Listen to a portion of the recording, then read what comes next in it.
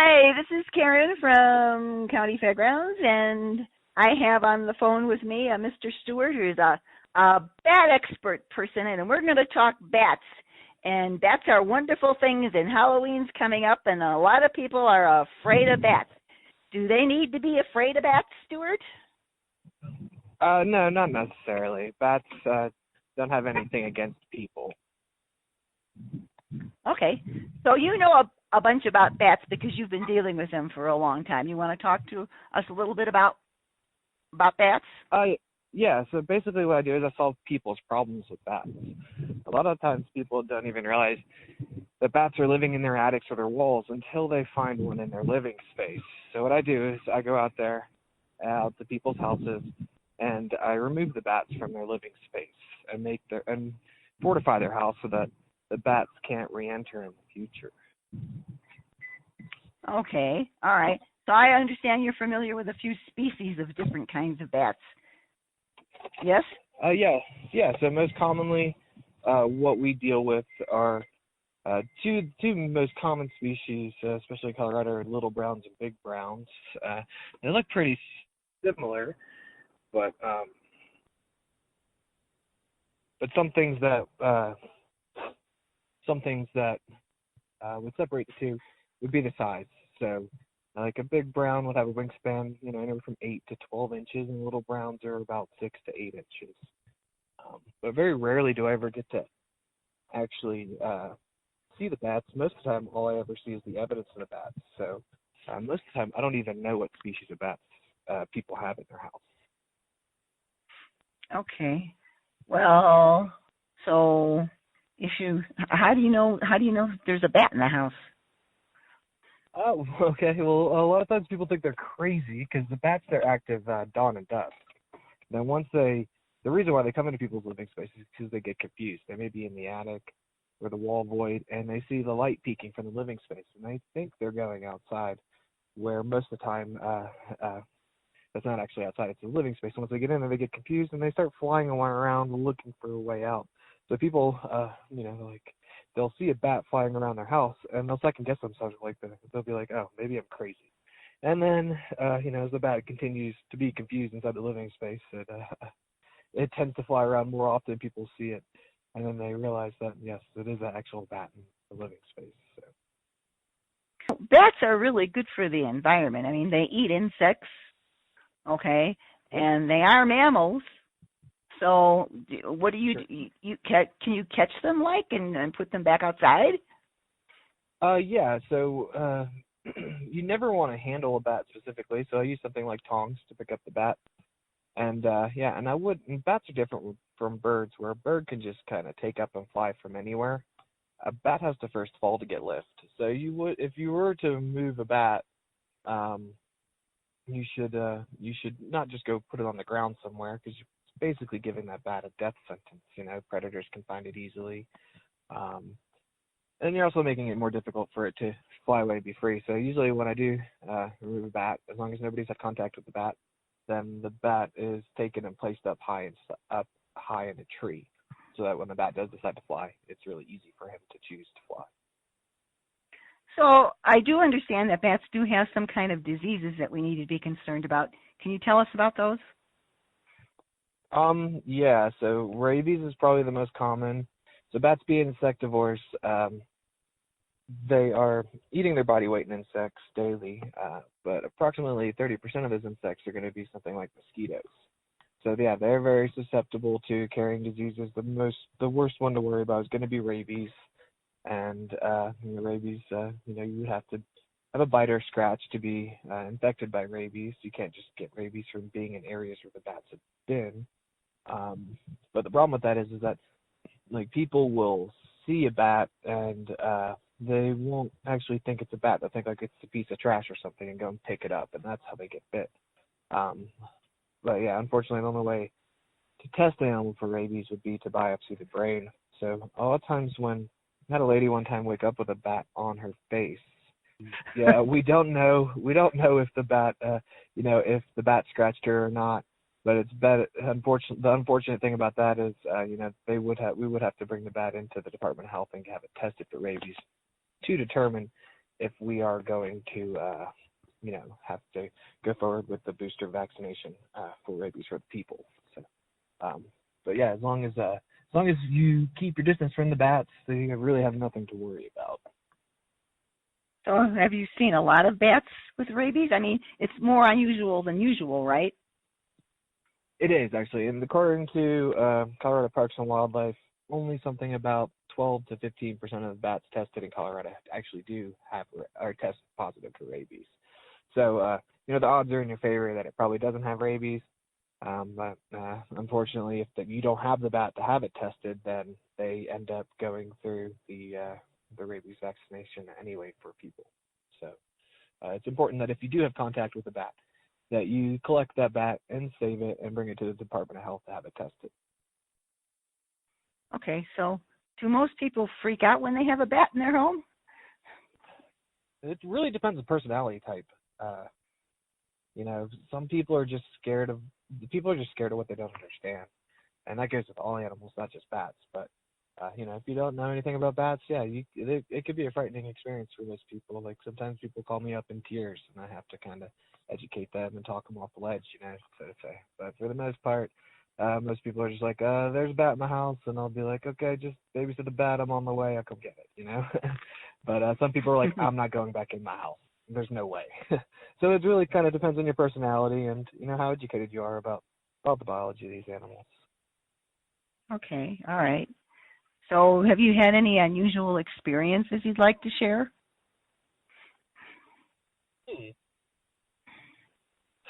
Well, I was in the process of looking for a bat in a basement not too long ago, and really, basement's kind of an odd place for a bat to wind up because the bats typically choose high places, like your attic, things like that.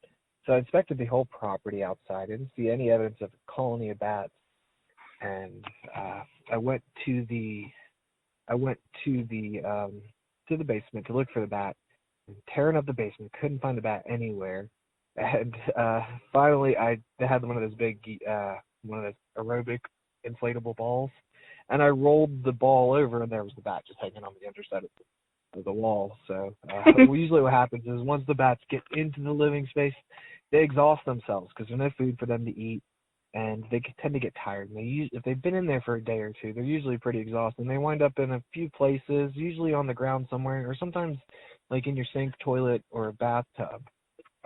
Mainly because they're looking for water, and those places tend to hold some water. Unusual things. I just hear a lot of stories from my customer. I had a lady one time seen a bat in the ground, thought it was a piece of trash, picked it up with her foot, and got bit that way. Sometimes when I'm working, so what I do to remove bats in people's houses is first I'll identify the potential entry points, like spots in the structure that the bats could get into the attic or the walls. And we're usually talking about size, tolerances about the size of a dime or larger into the structure.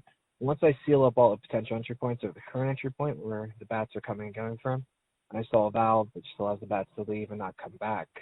So a lot of times I'll be up on top of a ladder installing these valves, and I'll disturb the bats, and they'll freak out and they'll start flying out at you. So you kind of need to be, very calm and relaxed when you're up there doing things like that, so that you don't get, so you don't hurt yourself in the process.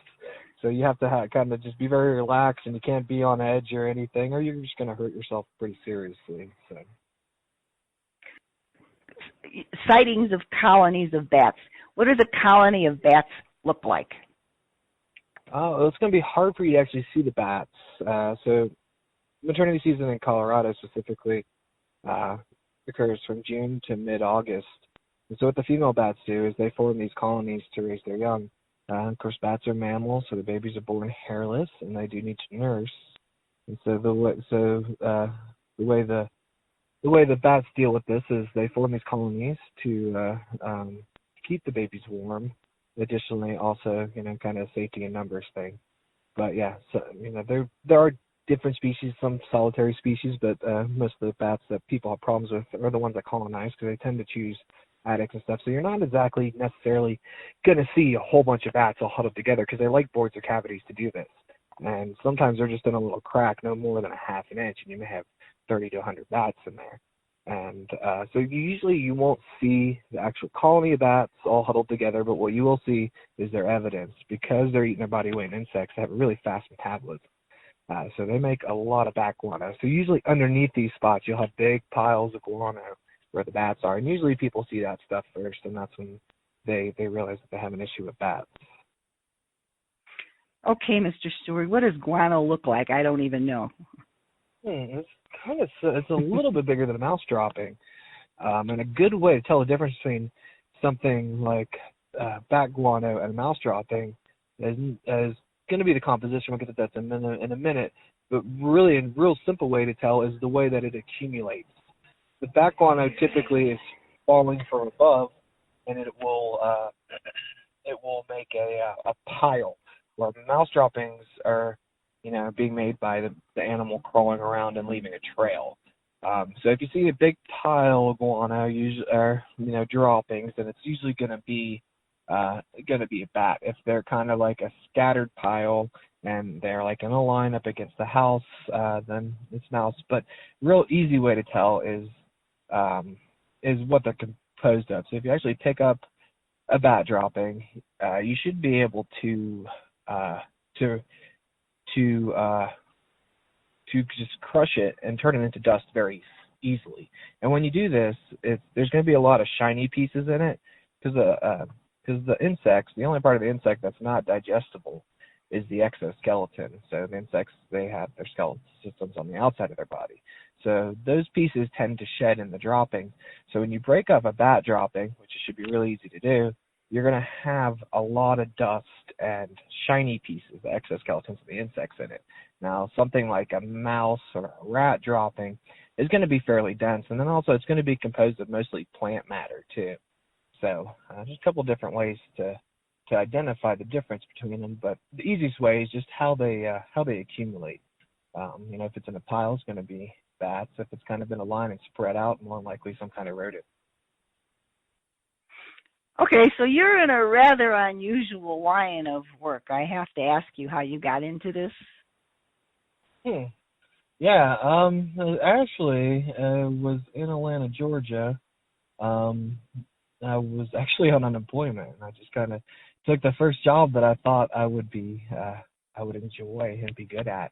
And I really thought, hey, I'm going to be like Steve Irwin. I'm just going to catch animals all the time. But no, there's a lot more to that. I have to wear a lot of different hats. And come to find out, it's probably one of the most difficult jobs I've ever had.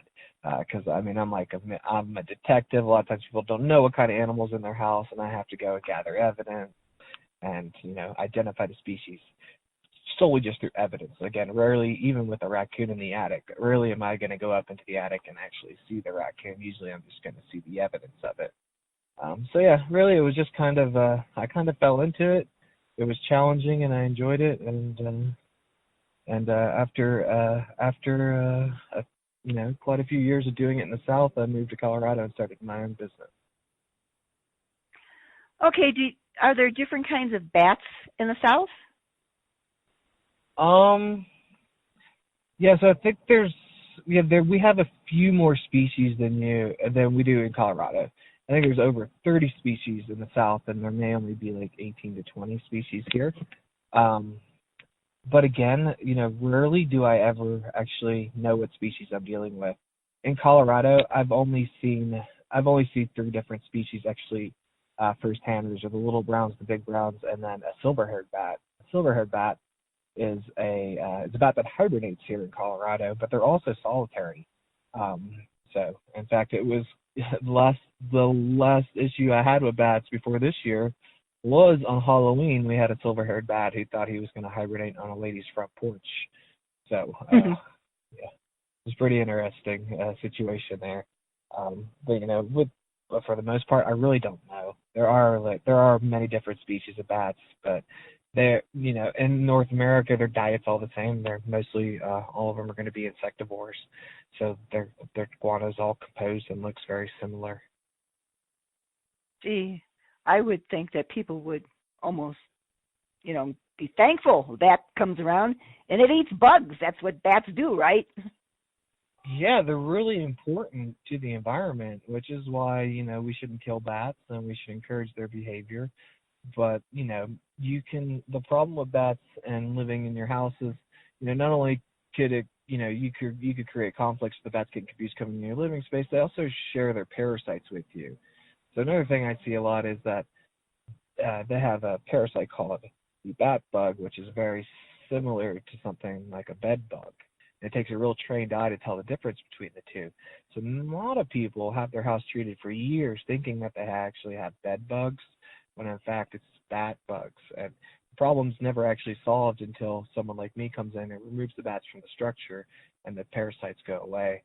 So, yeah, bats are super important. We just, we just don't want to share living quarters with them.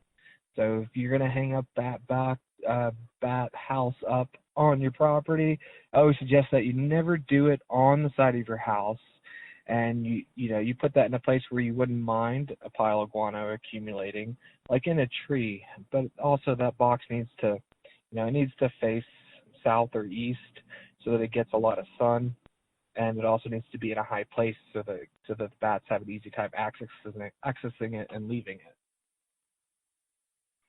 So what does a bat house look like? Oh, it's really not that complicated of a process. It's kind of like a really shallow box that's open on the bottom. So Mm-hmm. it's just kind of like a void or cavity. It only needs to be a couple inches thick or deep of a void, and it's basically just like a really shallow box that you can fasten to a tree or something with a screw. And it just, you can also texture the inside wall of that so the bats have an easy time climbing in and out of it.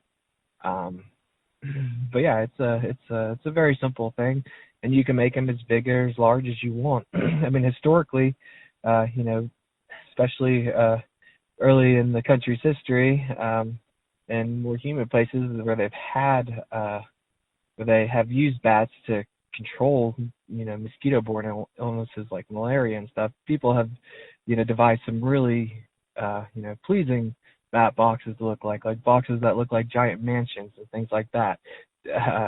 So you can get as creative as you want if you just kind of understand that the bats need to be able to land on a ledge that's textured and be able to crawl into it, and then also be able to drop out of it so that it can fly. Okay, so I take it you've seen some bat houses in Colorado too, as you go around about your work, right? Yeah. So a lot of people who have bats, they really care about the animals and they don't want to hurt them or anything. At the same time, they don't want to evict them and them not have a place to stay. So a lot of times they'll be like, "Hey, can you hang this bat box up for me after you get done with the bats?" And I'm like, "Sure, but I'm not going to put it on your house." But that also kind of brings me to another thing about bats that is really interesting is that the bats, they don't see very well. They use echolocation like a dolphin. So they have special the special glands in their brain that can actually shoot out radio waves and receive them and interpret them. So a lot of ways they're better than our sight. Like sometimes I go out and I look at a job and I'm like, I don't think the bats will get in there, or I don't see something, and then the bats will come back to a spot and be like, look, we found this. And I'll be like, wow, it's amazing that they found that. But they can shoot out one radio wave, at a house, and they can see every single nook and cranny where my eyes will fail me in some situations. So that term blind as a bat it has a lot of truth to it, because, the bats, they're not relying on their sense of sight as much as they are on that echolocation. Mm. Okay, so I have to ask you, after all this talking and stuff, what do you usually charge when you come out to go to somebody's place to remove a bat? Oh, geez. Yeah, so it kind of depends on when you call me. My time is more valuable, when it's 3 o'clock in the morning or something. During normal business hours, we usually just do a normal service call fee. It's around $149.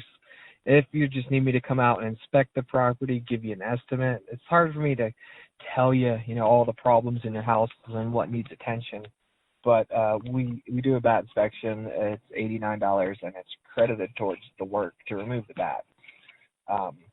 So, most of the time I can find a colony of bats. A lot of times people are calling me because they found bats in their living space, so they usually know they already have a bat problem.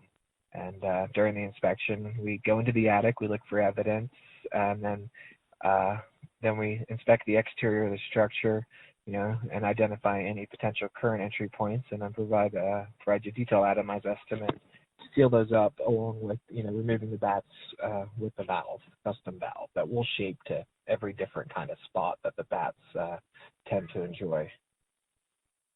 And what is the largest bat that you have seen here?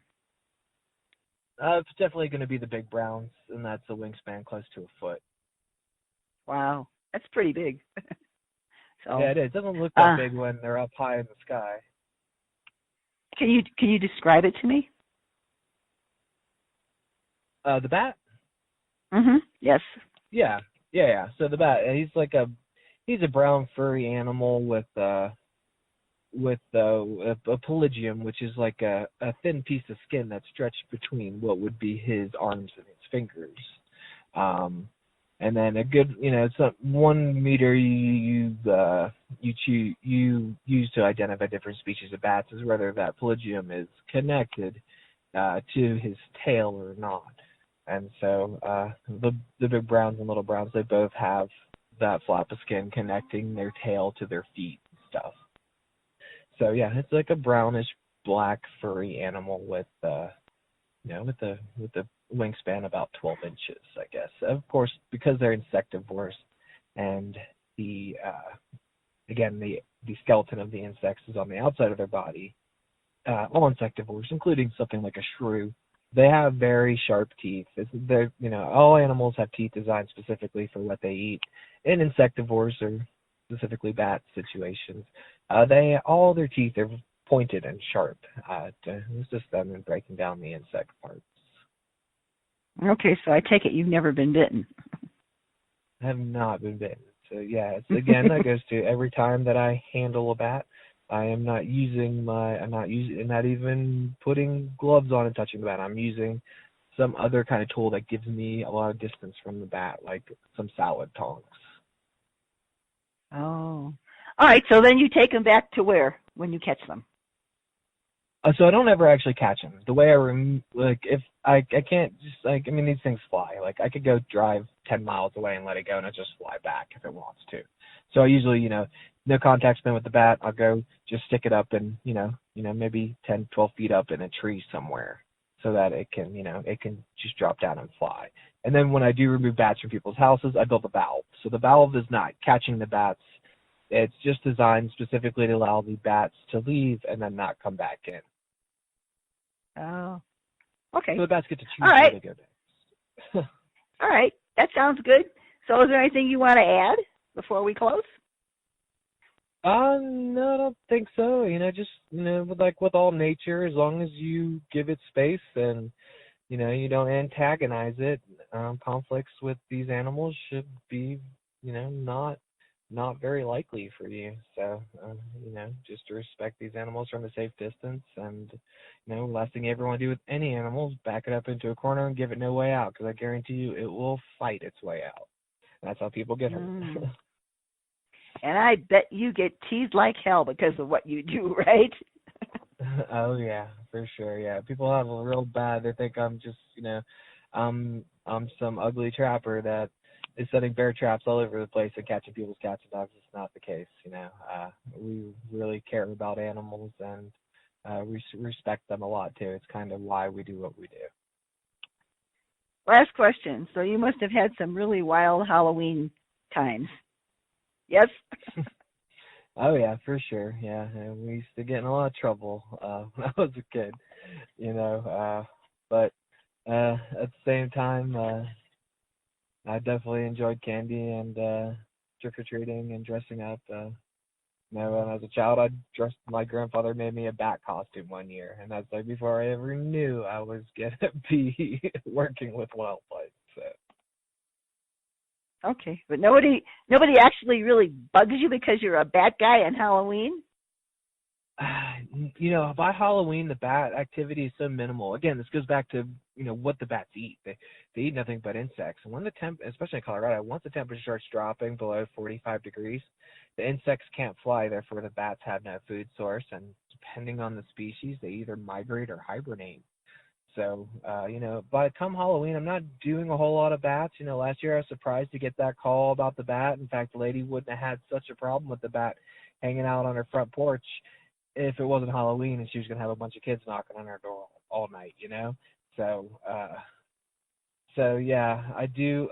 And it's kind of sad, when mothers will tell their children, "Hey, Batman's coming to the house to look at our bats," and then I show up, and you can just see the disappointment in the children's faces sometimes because I definitely don't look like Batman. Definitely not built like Batman. Okay, Mr. Stewart, it's been very informative. Thank you very much. I've enjoyed it. My pleasure. Thanks for having me. All right, thank you. Bye-bye. Anytime. Bye.